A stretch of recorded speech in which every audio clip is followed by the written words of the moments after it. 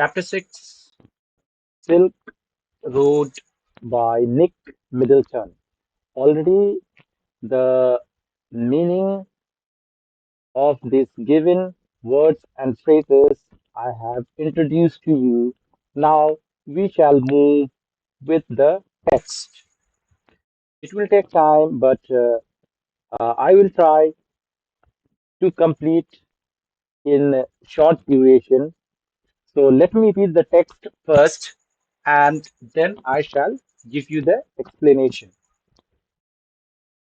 A flawless half moon floated in a perfect blue sky on the morning we said our goodbyes. So here the author himself is representing himself that they are going to leave that particular morning for the adventure. Extended banks of cloud like long French loaves glowed pink as the sun emerged to splash the distant mountain tops with a rose-tinted blush. Now that we were leaving, Ramos said she wanted to give me a farewell present. One evening, I told her through Daniel, remember the names of the person that the author is introduces to us, like uh, they were leaving Ravo, Lemo, Set. Okay, these are the words, the name that you should remember. Daniel, that I was heading towards Mount Kailash to complete the Korah, and she said that I ought to get some warmer clothes. After ducking back into her tent, she emerged carrying one of the long sleeved sheepskin coats that all the men wore. Satan seized Satan sized me up as we were clambered into his car. Eh, yes, he declared, Drogba, sir. We took a shortcut to get off the Chetang. Satan knew a route that would take us southwest almost directly towards Mount Kailash. It involved crossing several fairly high mountain passes, he said, but no problem, sir. He assured us if there is no snow, what was the likelihood of that? I asked, not knowing, sir, until we get there.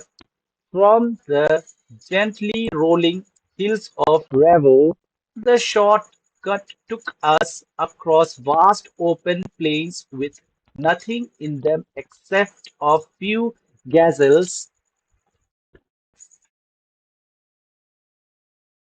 that would look up from nibbling the arid pastures and frown before bounding away into the void.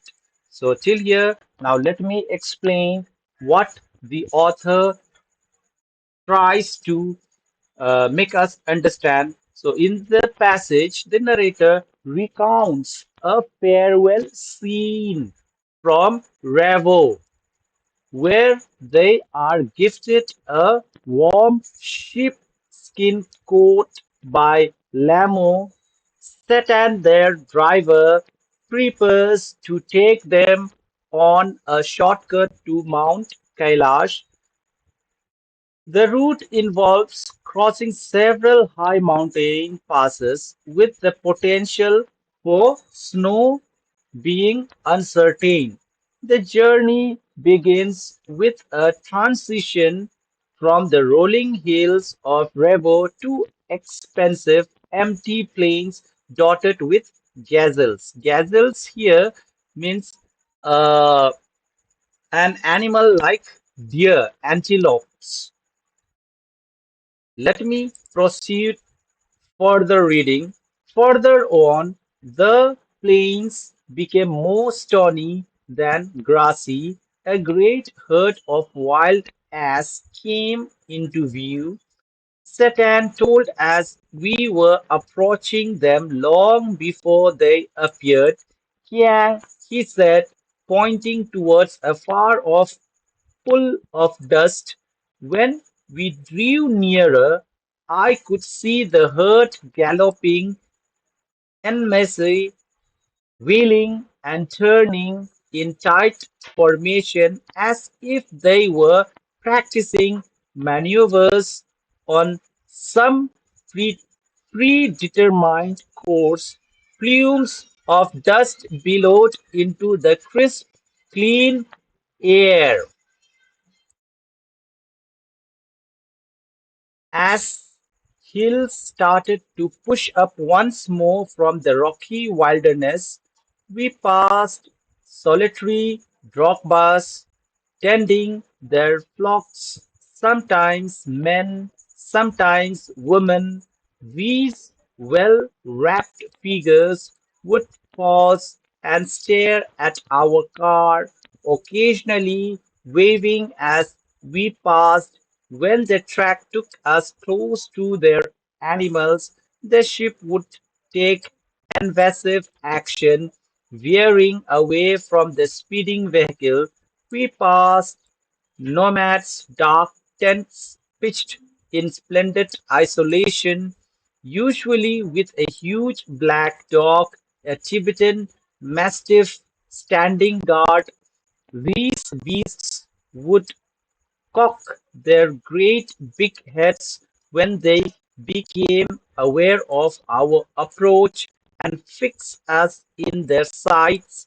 As we continued to draw closer, they would explode into action, speeding directly towards us like a bullet from a gun and nearly as fast. These shaggy monsters, blacker than the darkest night, usually wore bright red collars and barked furiously with massive jaws. They were completely fearless of our vehicle, shooting straight into our path, causing Satan to brake and swerve. The dog would make chase of 100 meters or so before easing off. Having seen us off the property, it wasn't difficult to understand why ferocious Tibetan mastiffs became popular in China's imperial courts as hunting dogs, brought along the Silk Road in ancient times as tribute from Tibet. So, here in this portion, the narrator describes their journey through a rocky wilderness where they encounter a large herd of wild ass or kyang moving in intricate patterns and kicking up dust. As they continue, they pass solitary nomads or drogbas tending their reading their flux, that means who occasionally wave as the car drives by, that means movement of their hands. The narrator notes the presence of dark tents and aggressive Tibetan mastiff guarding them. These large, fearless dogs would charge at the vehicles. Oftenly, some of the wild dogs, if you see street dogs also sometimes, when the vehicles or bus are moving, they are barking. So these fearless dogs of Tibetan would charge at their vehicle, forcing Satan to break and swerve. Their fierce nature, their historical role as hunting dogs in Chinese imperial courts is highlighted in this portion, what I have just read so far. Moving ahead, By now, we could see snow-capped mountains gathering on the horizon. We entered a valley where the river was wide and mostly clogged with ice, brilliant white and glinting in the sunshine. The trail hugged its bank, twisting with the meanders as we gradually gained height and the valley sides closed in. The turns became sharper and the ride bumpier. Satan, now in third gear, as we continued to climb, the track moved away from the icy river, laboring through steeper slopes that spotted big rocks dwarfed with patches of bright organ lichen. Beneath the rocks, hunks of snow clung on in the near-permanent shade. I felt the pressure building up in my ears, held my nose, snorted, and cleared them. We struggled round another tight bend and sat and stopped. He had opened his door and jumped out of his seat before I realized what was going on. "Snow," said Daniel as he too exited the vehicle, letting in a breath of cold air as he did so. A swathe of the white stuff lay across the track in front of us, stretching for maybe 15 meters before it pattered out and the dirt trail reappeared. The snow continued on either side of us, smoothing the abrupt bank on the upslope side. The bank was too steep for our vehicle to scale, so there was no way round the snow patch. I joined Daniel as Stan stepped out to the encrusted snow and began to slither and slide forward, stamping his foot from time to time to ascertain how sturdy it was. I looked at my wristwatch. We were at 5,210 meters above sea level. The snow didn't look too deep to me, but the danger wasn't its depth, Daniel said, so much as its icy top layer. If we slipped off, the car could turn over, he suggested, as we saw Satan grab handfuls of dirt and fling them across the frozen surface. We both pitched in, and when the snow was spread with soil, Daniel and I stayed out of the vehicle to lighten. Satan slowed. He backed up and drove towards the dirty snow, eased the car onto its icy surface, and slowly drove its length without apparent difficulty. 10 minutes later, we stopped at another blockage. "Not good, sir," Satan announced as he jumped out again to survey the scene. This time, he decided to try and drive around the snow. Well, here so far in this passage, the narrator describes their ascent through a valley with snow-capped mountains on the horizon.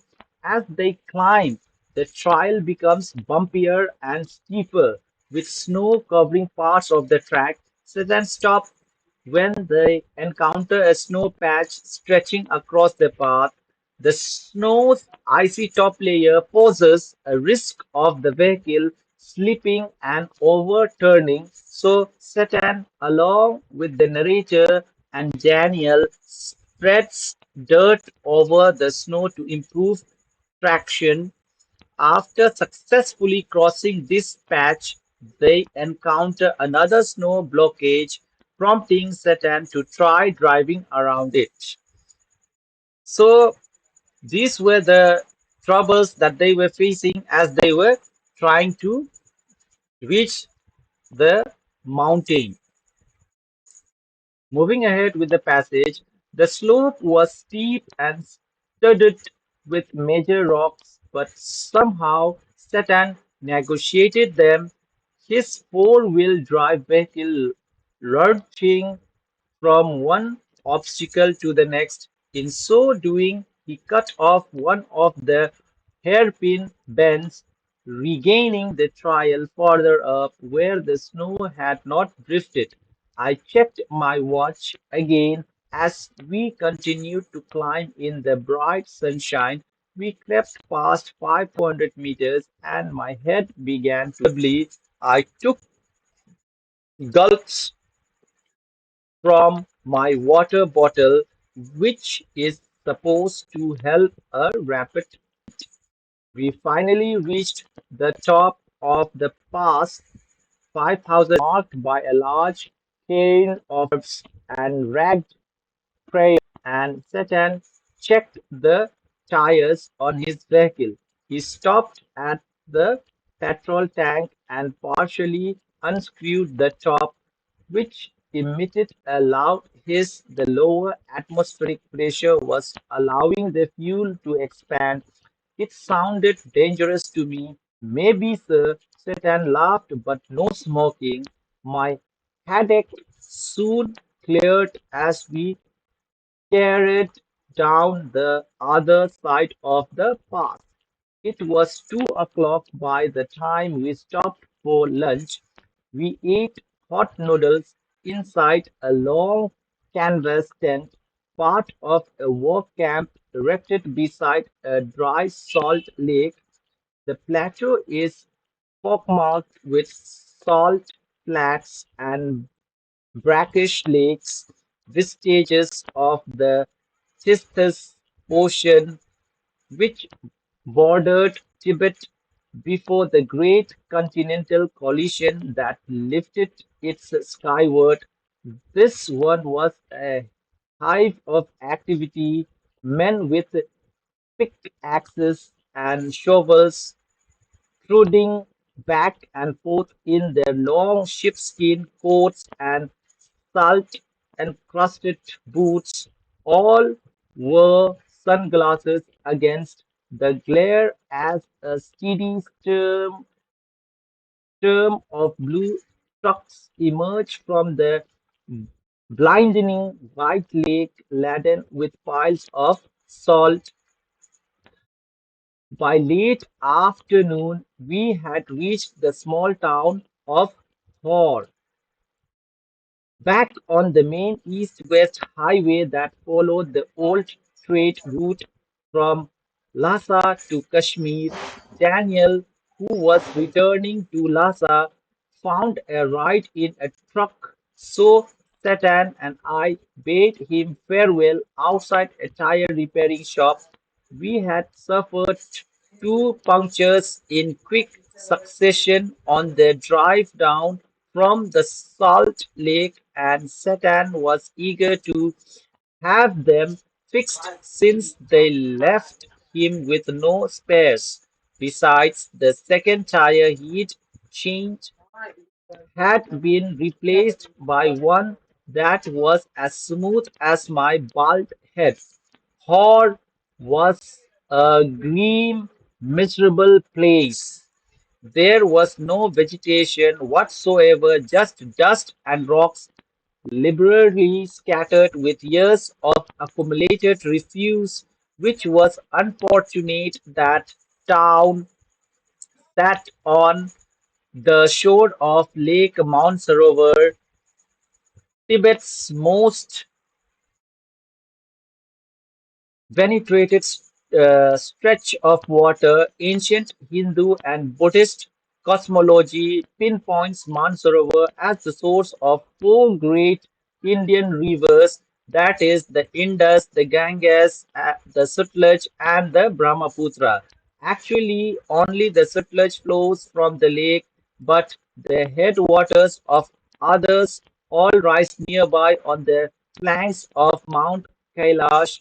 We were within striking distance of the great mountain, and I was eager to forge ahead.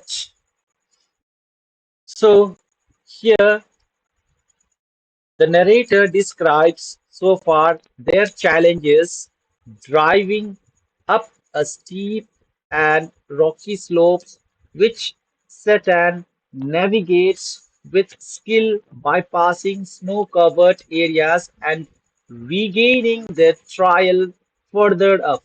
As they reach the summit of the pass at 5,515 meters, the narrator experiences altitude sickness and pieces once they start descending. At the top, they observe the traditional cairn adorned with prayers flags, and Satan manages fuel expansion due to lower atmospheric pressure. They then stop for lunch at a walk camp beside a lake, salt lake, witnessing the salt extraction process. By late afternoon, they arrive in the grim town of Hor, where Daniel departs from Lhasa and Satan seeks repairs for their vehicle after suffering punctures. Despite its proximity to the sacred lake Mount Sarovar, Hor is described as a dusty, refuse-strewn place.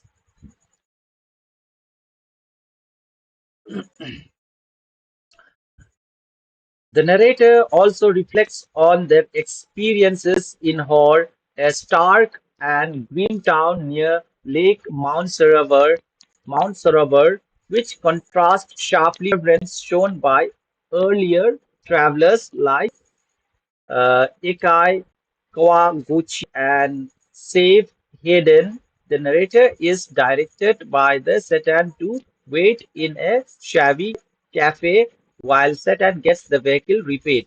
So let me continue the reading, then I will explain again. But I had to wait.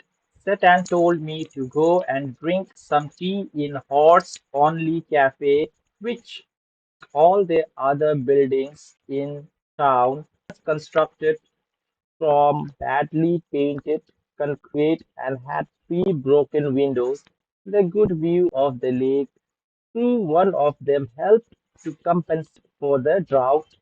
I was served a Chinese youth in military uniform who spread the grease around on my table with a filthy rag before bringing me a glass and a thermos of tea.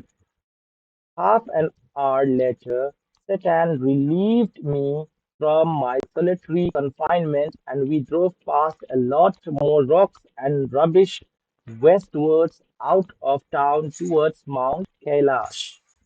My experience in Hall came as a stark contrast. Eyed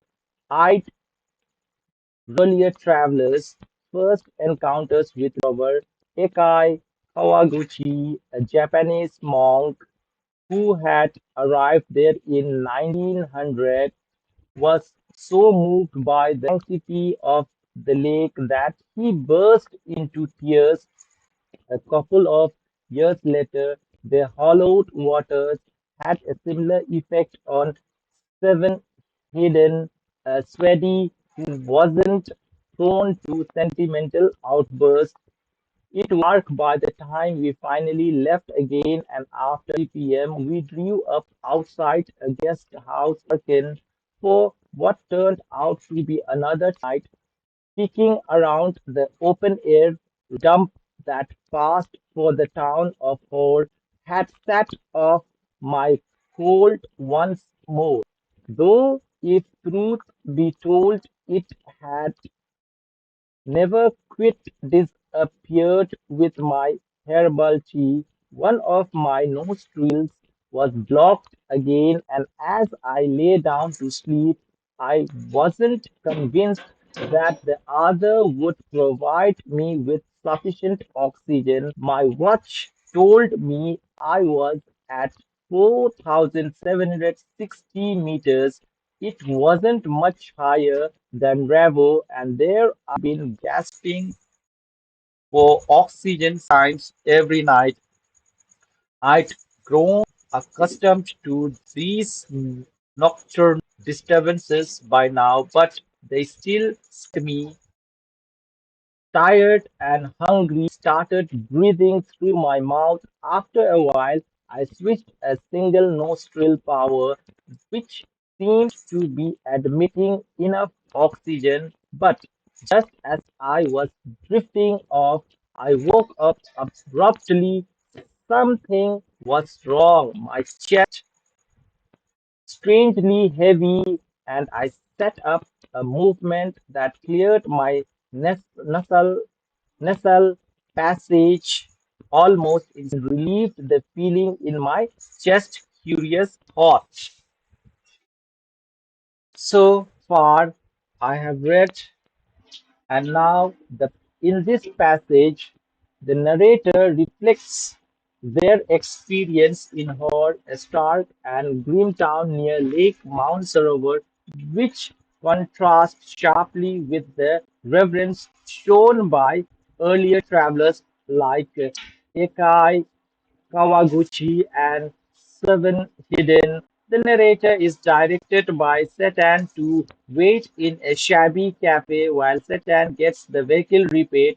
After a visit to the cafe where the narrator is served by a soldier is unsettled by the poor condition, continue their journey towards the Mount Kailash. That evening they reach Darken and stay in a guest house. The narrator struggles with altitude sickness and a cold, finding it difficult to breathe and experiencing a sensation of chest heavy. They eventually manage to clear their nasal passage and feel some relief, though the symptoms remain unsettling. I lay back down and tried again. Some results. I was on the point of disappearing into the land of no when something told me not to. It must have been those emergency electrical impulses again, but this was not the same as on previous occasions. This time I wasn't gasping for breath, I was simply not allowed to go to sleep. Sitting, sitting up once more immediately made me feel better, could breathe freely, and my chest felt fine. But as soon as I lay down, my sinuses filled and my chest was odd. I tried propping myself upright against the wall, but now couldn't manage to relax enough to drop. I couldn't put my finger on the reason, but I was afraid to go to sleep. A little voice inside me was saying that if I did, I might never wake up again. So I stayed awake all night. Satan took me to the Darken Medical College the following morning. The medical college at Darken was new and looked like a monastery from the outside with a very solid door that led into a large courtyard. We found the consulting room, which was dark and cold, occupied by a Tibetan doctor who wore none of the paraphernalia that I'd been expecting. No white coat. He looked like any other Tibetan with a thick pullover and a woolly hat. When I explained my sleepless symptoms and my sudden aversion to lying down, he questions while feeling the veins in my wrist. The cold, he said finally, through cold and the effects of altitude, I'll give you something for it. I asked him if what I'd recover enough to be able to do the Kora. Oh, yes, he said, you'll be fine. I walked out of the medical college clutching a brown envelope stuffed with 15 screws of paper. I had a 5-day course of Tibetan medicine, which I started right away. I opened and I opened an after breakfast package and found it contained a brown powder that I had to take with hot water. It tasted just like cinnamon. The contents of the lunchtime and bedtime packages were less obviously identifiable. Both contained small spherical brown pellets. They looked suspiciously like sheep dung, but of course I took them that night after my first full day's course. I slept very soundly like a log, not a dead man. So, here in this passage, the narrator struggles with severe symptoms of altitude sickness and cold while staying in darken. They are unable to sleep, feeling that lying down exaggerates their symptoms and fearing they might not wake up if they fall asleep. The following morning, Satan takes the narrator to the darkened medical college, which resembles a monastery and is staffed by a Tibetan doctor. The doctor diagnoses the symptoms as a cold combined with the effects of high altitude and prescribes a 5-day courses of Tibetan medicine. The narrator begins the treatment, which includes a cinnamon flavored powder and small brown pellets that resembles sheep dung. Despite initial concerns about the medicine, the treatment proves effective and the narrator reports sleeping soundly that night, feeling much better. Continuing with the passage reading, let me read the passage. Once he saw that I was going to live, Satan left me to return to Lhasa as a Buddhist. He told me he knew that it didn't really matter if I passed away, but he thought it would be bad for business.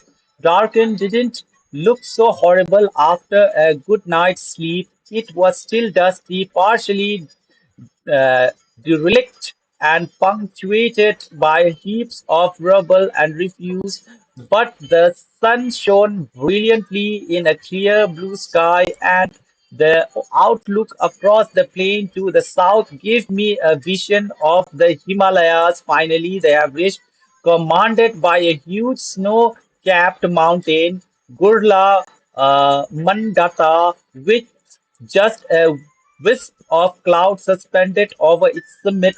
The town had a couple of rudimentary general stores selling Chinese cigarette soap, other basic provisions, as well as the usual strings of prayer flags. In front of one, men gathered in the afternoon for a game of pool, the battered table looking supremely encourages in the open air, while nearby women washed their long hair in the icy water of a narrow brook that bubbled down past my guest house. Darken felt relaxed and unhurried, but for me it came with a significant drawbacks. There were no pilgrims. I'd been told that at the height of the pilgrimage season, the town was bustling with visitors. Many brought their own accommodation, enlarging the settlement round its edges as they set up the tents which spilled down onto the plain. I timed my arrival for the beginning of the season, but it seemed it was too early. One afternoon, I sat pondering my options over a glass of tea in Darkin's only cafe. After a little consideration, I concluded they were severely limited. Clearly, I hadn't made much progress with my self-help program on positive thinking. In my defense, It hadn't been easy with all my sleeping difficulties, but however I looked at it, I could only wait. The pilgrimage trail was well trodden, but I didn't fancy doing it alone. The Kora was seasonal because uh, parts of the routes were liable to blockage by snow. I had no idea whether or not the snow had cleared, but I wasn't encouraged by the chunks of dirty ice that still clung to the banks of Darkin's Brook. Since Satan had left, I hadn't come across anyone in Darkin with enough English to answer even these most basic questions. Until this, until that is, I met Norbu. The cafe was small, dark, and cavernous, with a long metal stove that ran down the middle. The walls and ceiling were weathered in sheets of multicolored plastics of stripped variety, broad blue, red, white, that is made into stout, voluminous shopping bags sold all over China and in many other countries of Asia as well as Europe.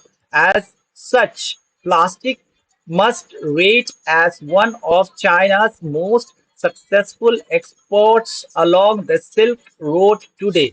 So, in this passage, Satan departs for Lhasa, leaving the narrator in darken. Despite Satan's pragmatic attitude about narrator's health, Darkins appears more pleasant after a good night's sleep. The town is still dusty and somewhat run down, but benefits from clear weather and a beautiful view of the Himalayas. The narrator notices the town's limited amenities and the absence of pilgrims, which is usually for the time of the year. As the narrator reflects on their limited options over tea in the town's only cafe, they feel stuck waiting for the pilgrimage season to start. The cafe is described as dark and decorated with colorful plastic sheets. The narrator, struggling with English speaking eventually beats Norbu, who might be able to provide the needed information about the Kora trial and the snow condition. So, moving ahead with the reading of the passage, we are nearly coming to the end of the story. The cafe had a single window beside which I'd position so that I could see the pages of my notebook. I'd also brought a novel which could sit opposite me at my rickety table. I didn't cheater and metal-rimmed spectacles of a Western style. He was Tibetan, he told me, but worked in Beijing at the Chinese Academy of Social Sciences in the Institute of Ethnic Literature. I assumed he was on some sort of field work. Yes and no, he said. I have come to do the Kora. My heart jumped. Norbu had been writing academic papers about the Kailash Kora and its importance in various works of Buddhist literature for many years. He told me, but he had never actually done it himself. When the time came for me to tell him what brought me to Darken, his eyes lit up. We could be a team, he said excitedly. Two academics who have escaped from the library. Perhaps my positive thinking strategy was working after all. My initial relief at meeting Norbu, who was also staying in the guest house, was tempered by the realization that he was almost as ill equipped as I was for pilgrimage. He kept telling me how fat he was and how hard it was going to be. Very high up, he kept reminding me, so tiresome to walk.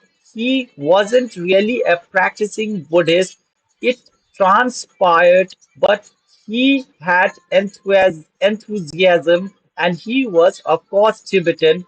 Although I'd originally envisaged making the trek in the company of devout believers, on reflection, I decided that perhaps Norbo would turn out to be the ideal companion.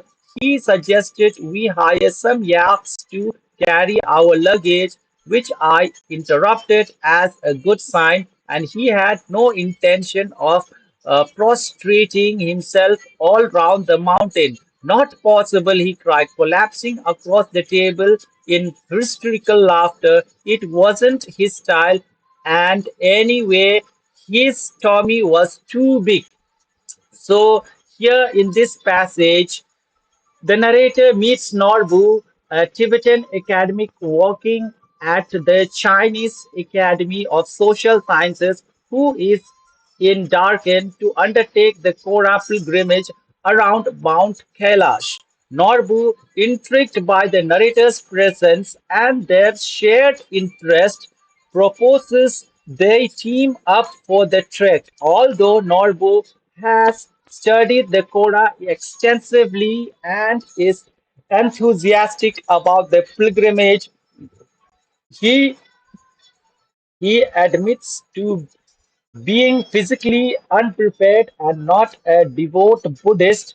He suggests hiring yaks to carry their luggage, indicating his practical approach despite his lack of enthusiasm for extreme religious practices like prostrating around the mountain. Norbu's presence offers the narrator a potential ally for the journey. So, finally, in short, the summary for the entire passage is that the narrator recounts their journey from Ravo to Darken, preparing for the pilgrimage around Mount Kailash. They receive a farewell gift from Lemo, a sheepskin coat, and travel with Satan, who takes a shortcut across high mountain passes despite the challenges posed by snow and rough terrain. They manage to navigate the route. The narrator altitude sickness persists, causing sleepless nights and anxiety. Upon reaching Darken, the town is found to be dusty and devoid of pilgrims, as the pilgrimage season hasn't yet fully begun. While waiting, the narrator meets Norbu, a Tibetan academic who has come to do the Kora, a pilgrimage around Mount Kailash. Norbu, although not physically prepared and lacking religious uh, favor, is enthusiastic about the trek. He suggests hiring yaks for their luggage and joins the narrator in preparing for the pilgrimage. So, finally, the moral that we get from this chapter is that even in the midst of discomfort and uncertainty, unexpected companions and small acts of kindness can guide and support us on our journey.